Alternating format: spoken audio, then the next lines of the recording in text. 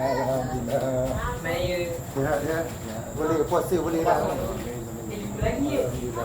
Puasa penuh lah. Cuma aneh penyakit apa dia tak ada lah.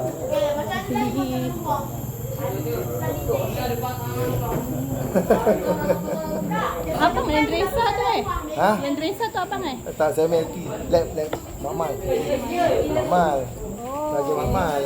Lebih kurang dresa lah, jawatan tu lebih kurang je. Sama, cuma kerja dia dresa ngadap pesakit. Saya ngadap sampel. Sampel maknanya Sampel kencing, darah. Yang COVID itu tadi. Yang COVID Jenuh saya, ya? sampai pukul 3 pagi, 4 pagi. Proses dia tu.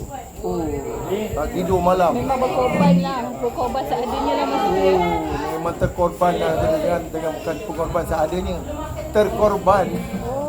Mana rehat? Besok pagi pukul 8 kena kerja balik. Memang Alhamdulillah. Nak pakai apa, pakai ni. iyalah. Tak balik.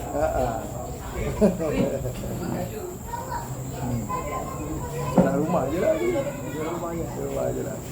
70 lah. 80 lagi ya. 80 dah. 80. Abang 79. 79.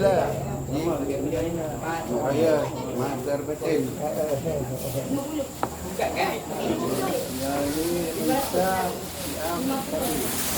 Akib hari tu masuk kebun lagi. Boleh tahan lagi. Masuk kebun lagi ya. cukup pun sih. Dia jangan bagi. Kalau berdua tak apa. Seorang-seorang ni tak tahu benda berlaku.